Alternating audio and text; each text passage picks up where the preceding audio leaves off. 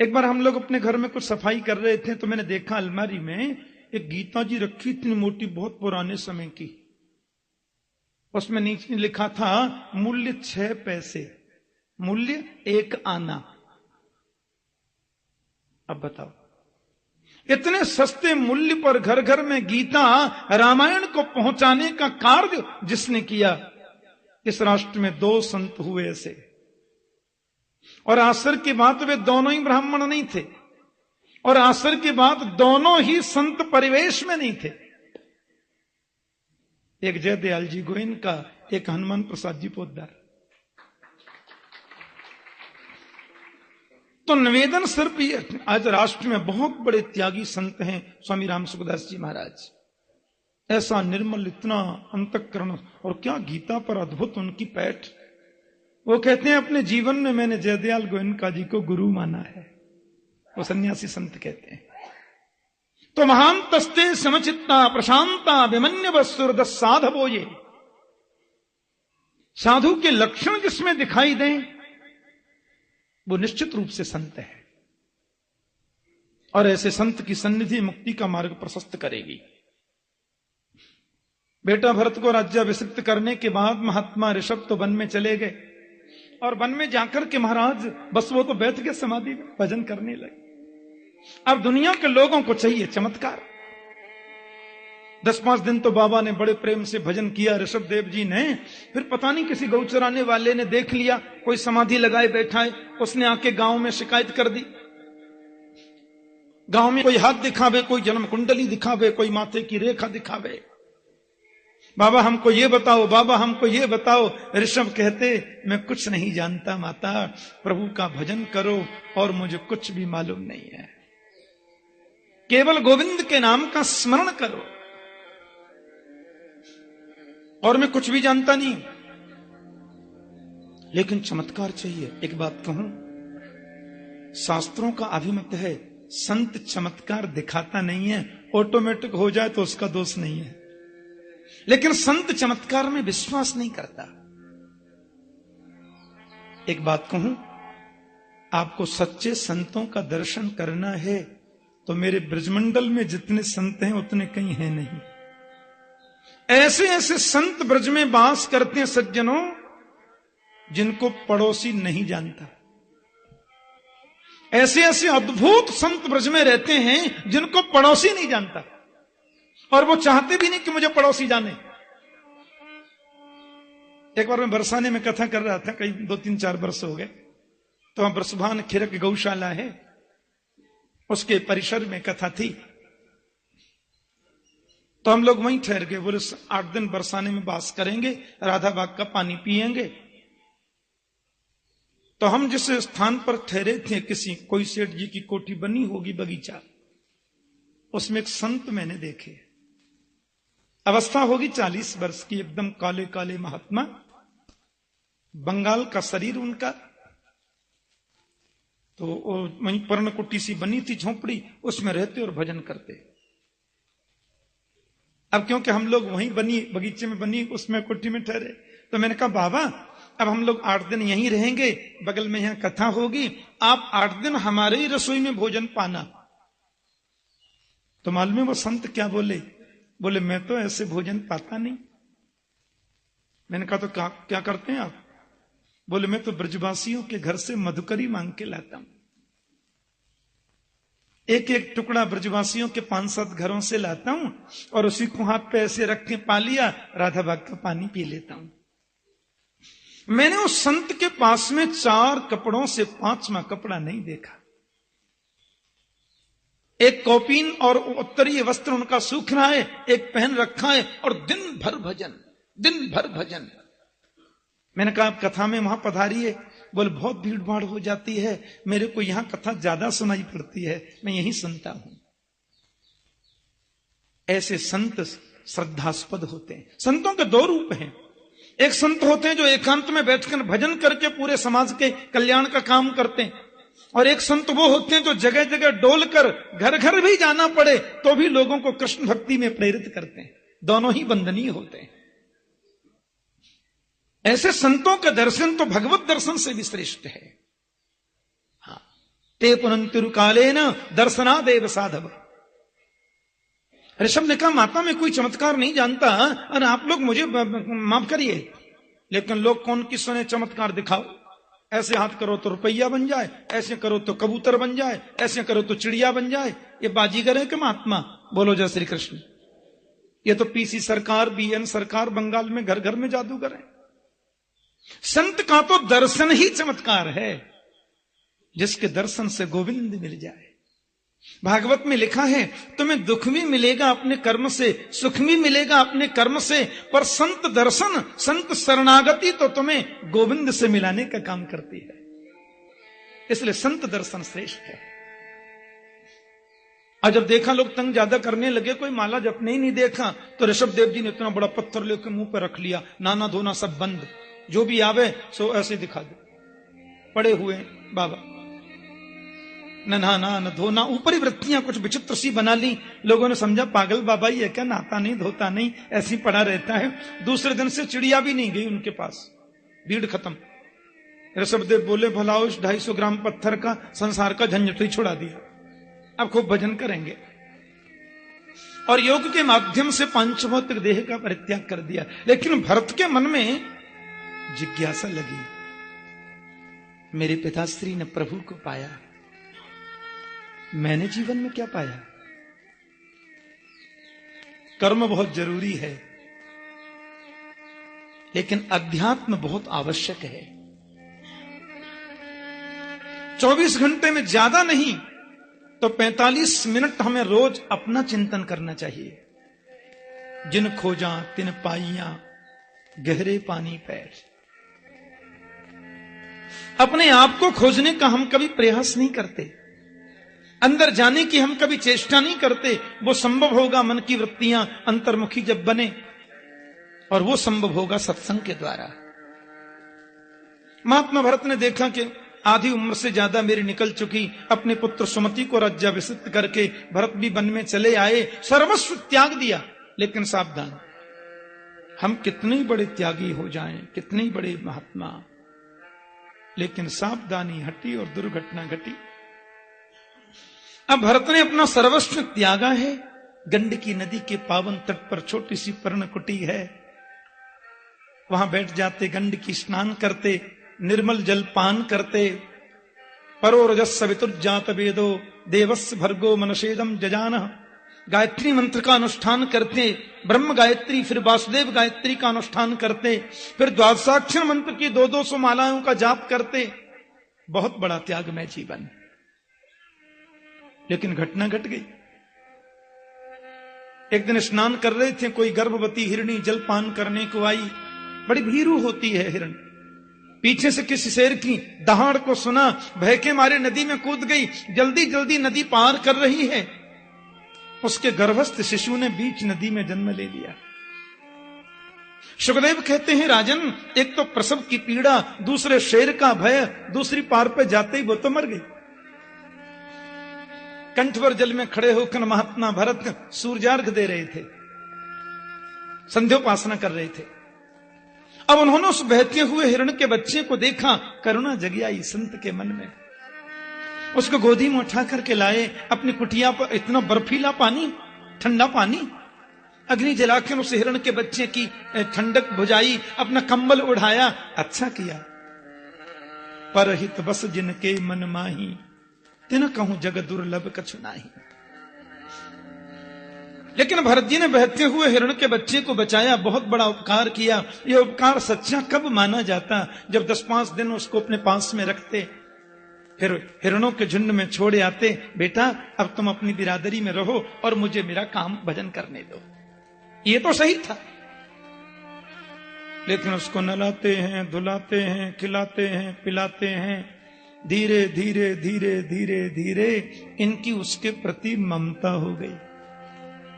भागवत में वर्णन है, प्रेम सबसे करो, ममता किसी से नहीं।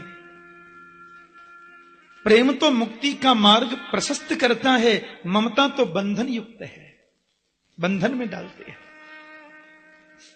ममता संबंध विशेष से होती है, ममता शारीरिक आकर्षण से होती है, लेकिन प्रेम तो मन का होता है, आत्मा का होता है। सब में मेरे गोविंद विद्यमान हैं, इस भाव से प्रेम सबसे करना है, ममता नहीं। अब उस हिरण के बच्चे के प्रति उनका इतना आकर्षण, इतनी ममता हो गई कि वो माला घटती घटती 20 रह गई।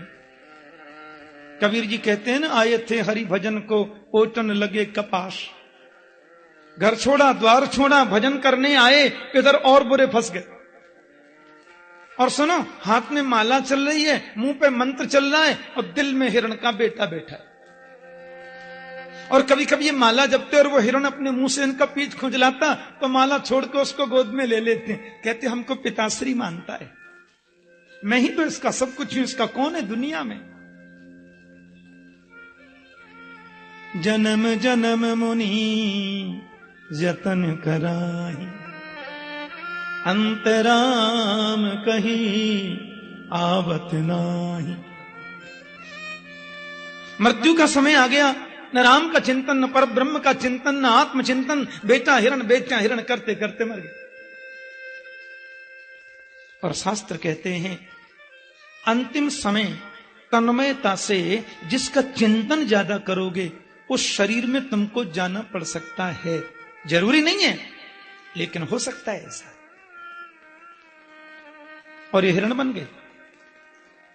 लेकिन गोविंद कहते हैं कि थोड़ा सा किया गया धर्म भी त्रायते महतो भयात, जीव को कभी कभी बड़े बड़े भयों से त्राण करता है, बचाता है, रक्षा करता है। पूर्व जन्म में किए गए भजन का ही ये प्रताप है कि हिरण बनने के बाद भी महात्मा भरत की विस्मृति नहीं हुई। और बोले देखो, मैं हिरण के बच्चे के प्रति ऐसा मेरा ममत्व हुआ, मुझे हिरण बनना पड़ा है। अब तो ये महाराज सूखी घास खाते, शरीर मिला है, भोगना तो पड़ेगा। हिरणों के झुंड से दूर रहते। एक बार जंगल में आग लग गई, सब हिरण निकल के चले गए, नहीं गए और अपने देह का परित्याग कर दिया। प्रभु ने बहुत बड़ी कृपा की, इनको मानव जन्म पुनः दिया। उसमें भी अंगिरस गोत्रीय ब्राह्मण के घर जन्मे महात्मा भरत। पंडित जी की 2 पत्नियां थीं, एक के और कई बेटी बेटा, एक के एक बेटा एक बेटी। तो बेटा जो है वो महात्मा भरत हैं। और हमारे ब्रज में कहते हैं कि होनहार बिरवान के लखत चीकने पात। होनहार वृक्ष के पत्ते बचपन से चिकने दिखाई देते हैं। पिताश्री इनके बड़े ज्योतिषाचार्य, उन्होंने देखा चेहरे को और पाया, क्योंकि चेहरा जो होता है ना पूरे शरीर का कैमरा होता है।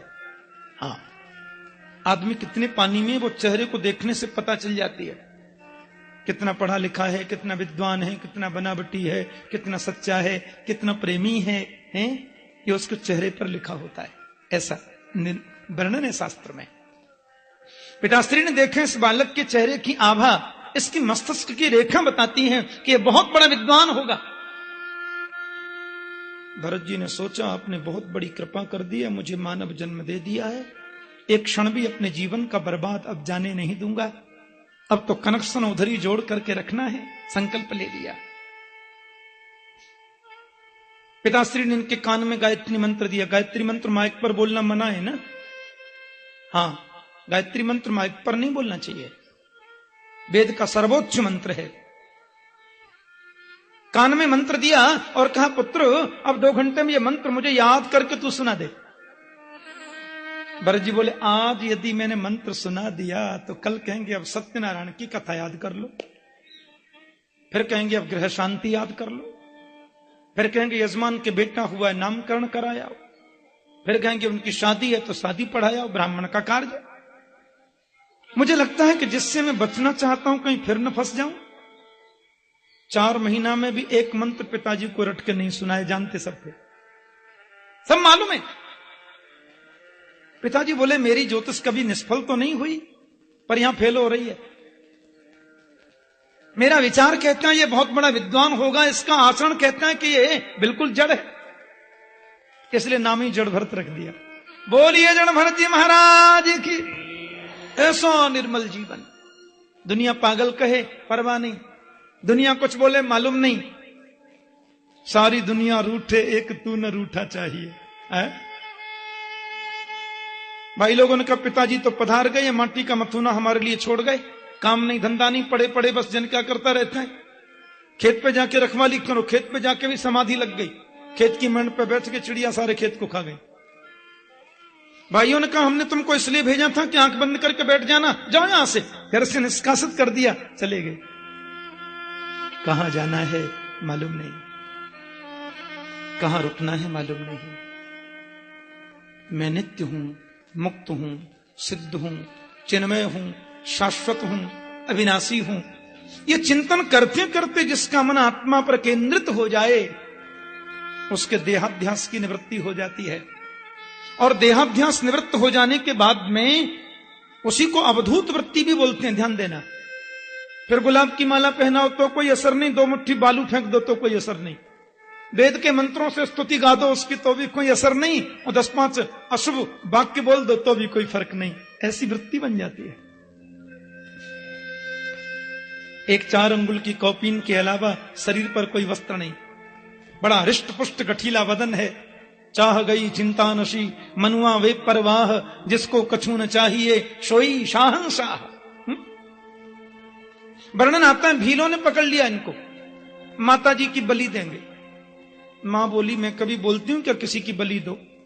अरे तुम लोग अपने स्वार्थ के लिए जीव हत्या करते हो मेरा नाम लेके, और फिर ये महापुरुष, इसको जरा भी कुछ हो गया ये तो बहुत बड़ा अपराध हो जाएगा। भद्रकाली प्रकट हो गई, या देवी सर्वभूतेषु मातृरूपेण संस्थिता, नमस्तस्यै नमस्तस्यै नमस्तस्यै नमो नमः। माता जी ने भीलों को दंडित किया और महात्मा जड़ भरत जी छूट गए। मां की स्तुति गाई और स्तवन करने के बाद में जड़ भरत चले गए। कहां जाना है मालूम नहीं, चल रहे हैं वही रास्ता है, रुक गए वही आश्रम है। चरणों में पादुका नहीं, कौपीन के अलावा शरीर पर कोई वस्त्र नहीं, जनेऊ मोटा धारण किया हुआ विप्र रूप है। मार्ग में जा रहे थे तो कहते सामने से सिंधु सौवीर देश का राजा रहुगण आ गया। थोड़ा ध्यान से सुनना। भारत का भागवत का जो 5 संवाद है ना भागवत जी में, उसमें एक संवाद अभी प्रारंभ कर रहे हैं सुखदेव स्वामी। सामने से रहुगण नाम का सिंधु सौवीर देश का राजा आ रहा है, पालकी ढोके चल रहे हैं। 4-5 लोग पालकी ढोते हैं ना, आपने देखी हो, 2-4 आगे 2-4 पीछे, बीच में राजा जी बैठे। एक व्यक्ति अस्वस्थ हो गया, बोले क्षमा करें भगवान, मैं पालकी चलाने में असमर्थ हूं, मुझे कुछ तकलीफ है। तो राजा ने बड़े गुमान में भर के कह दिया तुम नहीं चला सकते तो क्या हुआ, सारी प्रजा तो हमारे लिए सेवक के समान ही है, अब जो भी तुम्हें मिल जाए उसी को पालकी में जोत लो। और तो कोई मिला नहीं, मोटे ताजे महात्मा जी मिल गए। शरीर तो हृष्ट पुष्ट था ही। कहार लोगों ने देखा बाबा यहां, चले गए और अपने कंधे से पालकी हटा के इनके कंधे पर धर दे, परवाह नहीं, कोई चिंता नहीं। इतना बड़ा मनीषी, इतना बड़ा तत्वज्ञ, इतना बड़ा आत्मज्ञानी एक साधारण से राजा की पालकी को लेके चल रहा है, जरा भी टेंशन नहीं। लेकिन उनका नियम था जब रास्ते में चलते तो 4-5 हाथ जमीन देखते चलते, मेरे पैर के नीचे कोई चेंटी न आ जाए। और अकस्मात इनके पैर के नीचे कोई जीव जंतु, कोई चेंटी आ गई तो बाबा 5 हाथ ऊपर उछल गया, हे भगवान मर तो नहीं गई। अच्छा एक बात बताओ, पालकी ढोने वाला यदि उछलेगा तो बैठने वाले की हालत क्या होगी? राजा का सिर ऊपर की बल्ली में लगा और डांट करके बोला तुम लोग ढंग से पालकी नहीं चलाते हो, मेरे कोमल सिर में चोट लग गई। महाराज क्षमा करें, हम तो ठीक ही चलाते हैं, मोटा बाबा लगाया है, बार बार उछल जाता है। रहुगण ने जड़ भरत जी को देखा, वो क्या समझेगा इस महापुरुष को, जैसे कोई पागल से बात करे वैसे उनसे बात करने लगा। क्यों पहली बार आए हो मेरे राज्य में? अरे हमारी पालकी ढोने के लिए बड़े बड़े लोग तरसते हैं, तुम्हें पालकी ढोने की सेवा मिली तो ढंग से चल भी नहीं सकते, ठीक से चलो। जड़भरत जी ने तो कुछ ध्यान ही नहीं दिया, कोई जवाब भी नहीं दिया। फिर चेंटा आ गया पैर के नीचे, फिर उछल गया। रघुगण ने डांट करके कहा, इतना मोटा ताजा शरीर लिए घूमता है, पालकी नहीं चलती, ठीक से चलो। महात्मा जी ने कोई जवाब नहीं दिया। फिर आ गई पैर के नीचे चेंटी, फिर बाबा उछल गए। अब तो रघुगण के क्रोध का ठिकाना नहीं रहा। डांट करके बोला, बार बार कहता हूं पालकी ढंग से चलाओ, लेकिन तुम सुनते नहीं हो। तुम तो जीवित ही मुर्दे के समान प्रतीत होते हो भाई। जैसे मुर्दे के सामने कोई कितना भी बोले, उसमें प्राण ही नहीं है तो जवाब देगा कहां से? या तो पालकी ढंग से चलाओ, नहीं हम तुम्हारी ऐसी चिकित्सा करेंगे, जीवन में याद रखोगे, समझे? करो भी ते चिकित्सा, क्योंकि दंड देने में यमराज के बाद मेरा ही नंबर है। ये बात सुनी तो महात्मा जड़भरत जी खड़े हो गए और इस संत के नेत्रों में करुणा के आंसू आ गए। मन में सोचा, आज तो मुझे बोलना होगा, इस मानव के कल्याण के लिए मुझे बोलना होगा, और इसमें इसका दोष भी नहीं है, लेकिन मेरा कर्तव्य बनता है कि मैं इससे कहूं कि तुम जो कह रहे हो वो पूर्ण सत्य नहीं है। ऐसा गजब का बोले जड़भरत, ऐसा अद्भुत बोले।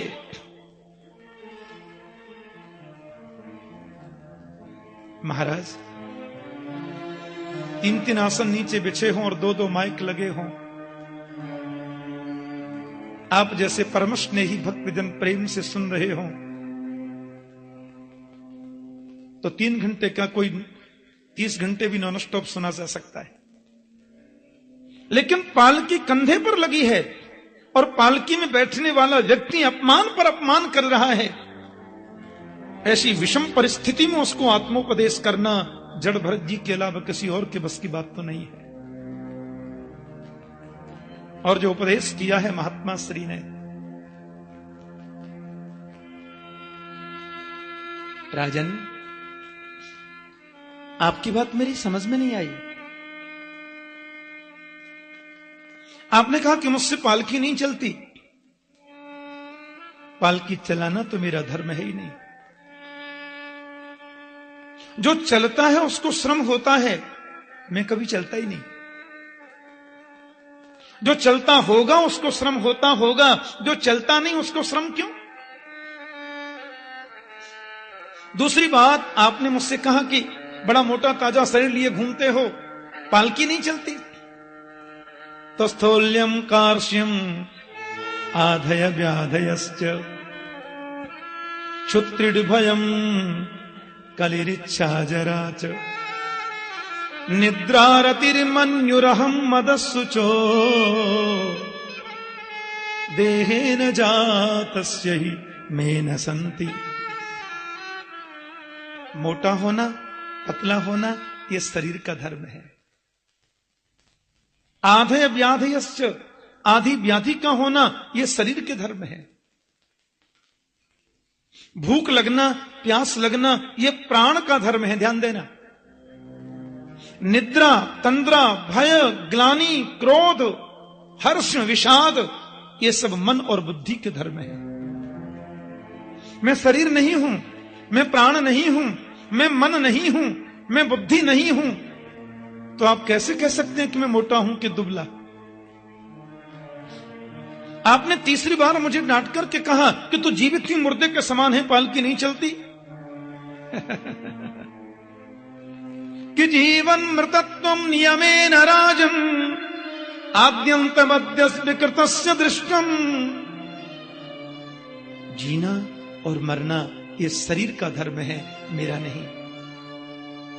शरीर के देखो 5 धर्म होते हैं, जायते, अस्ति, वर्धते, विपरिणमते, अपक्षीयते, या तो विनश्यति। शरीर जन्म लेता है, बड़ा होता है, बदलता है, मोटा होता है, जवान होता है, बूढ़ा होता है, मर जाता है। लेकिन कोई भी धर्म मेरा नहीं है। फिर आप कैसे कह सकते हैं कि मैं जीवित हूं कि मुर्दा हूं? और आपने एक और बात कही कि मैं तुम्हारी चिकित्सा करूंगा, दंड पाणी रिव, दंड देने में यमराज के बाद मैं ही हूं। महाराज, आप क्या चिकित्सा करोगे? क्योंकि जिसकी तुम चिकित्सा करोगे वो मैं नहीं हूं, और जो मैं हूं उसकी चिकित्सा कभी हो नहीं सकती। भाई मैं जो हूं वो चिकित्सा की चीज नहीं है। आप गेहूं को पीसो और गेहूं को पीसते पीसते पीसते मैदा बना सकते हो, पर मैदा को पीसकर आप कुछ नहीं बना सकते। क्या चिकित्सा करोगे मेरी? रघुगण ने कहा, बाप रे, एक पालकी को ढोने वाला आदमी इतना बड़ा विद्वान नहीं हो सकता। आखिर वो भी कपिल भगवान का सत्संग करता था रघुगण, और ये वही हिरण है जो पहले भरत जी महाराज जिसके प्रति आकृष्ट थे, वही हिरण तो रघुगण बन के आया। इसने सोचा कोई पालकी ढोने वाला कहा इतना बड़ा विद्वान नहीं हो सकता। तुरंत पालकी से नीचे कूद पड़ा, महात्मा जड़भरत के चरणों में गिर पड़ा कि कस्तम निगूढ़ सर सिद्धि जानाम बिभर्ष सूत्रम कतमोपधूत कस्यासि कुत्रत्यह्यापि कस्मात् नेमायनश्चोदति नोत शुक्ल। आप कौन है महाराज? हे भगवान, बहुत बड़ा अपराध होते होते बच गया, बहुत बड़ी गलती हो जाती मुझसे, मैंने आपको पहचाना नहीं। आप कौन है? अपना परिचय दीजिए। विवर्ष सूत्रम, आपने जनेऊ धारण किया है, इससे यह तो कंफर्म हो गया कि आप द्विज हैं। विवर्ष सूत्रम कतमोपधूत। लेकिन आप व्यास हैं कि पराशर हैं कि सुखदेव हैं? कौन है आप? वशिष्ठ हैं? कहीं ऐसा तो नहीं? क्षेमाय नश्चोदत नोत शुक्ल, शुक्ल कहते हैं कपिल देव जी को। मेरे कल्याण के लिए भगवान कपिल देव जी ही कहीं यहां आ तो नहीं गए? परिचय दीजिए, आप कौन है? जड़भरत जी बोले, ये तुम्हारी दूसरी गलती है, हमसे ये पूछना कि मैं कौन हूं। जो मैं हूं वो तुम हो, जो तुम हो सो मैं हूं। अरे महाराज, थोड़ा नीचे वाली सीढ़ी से बोलिए, मैं तो उधर पहुंच ही नहीं रहा हूं, आप क्या बोल रहे हैं, मेरी कुछ समझ में नहीं आ रहा है। राजन, एक सूरज के नीचे 1000 घड़ों में पानी भर के रख दो, अलग अलग सूरज दिखाई देगा, प्रतिबिंबित होगा, लेकिन सूरज तो एक है, 1000 नहीं है। जब सूर्य 1000 नहीं है तो परमात्मा 1000 नहीं है। परमात्मा 1000 नहीं है तो मैं और तुम दो कैसे हो सकते हैं? जो तुम हो सो मैं हूं, जो मैं हूं वो तुम हो। ईश्वर सर्वभूतानाम हृदय सेर्जुन तिष्ठति भ्रामयन सर्वभूतानि यंत्रारूढ़ानि माया। प्राणी मात्र के अंतर हृदय में भाव ईश्वर प्रतिष्ठित है, विद्यमान है।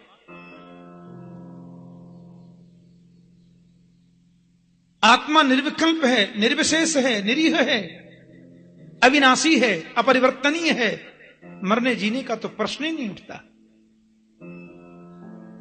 रघुगण का एक बात बताइए, आखिर उसने भी सत्संग तो किया ही था, और देखो सत्संग जो लोग करते हैं ना, उनकी रहन सहन, उनकी बोलचाल, सब में कुछ भिन्नता आती है। अन्य लोगों की अपेक्षा उनका सब कुछ आपको भिन्न दिखाई देगा।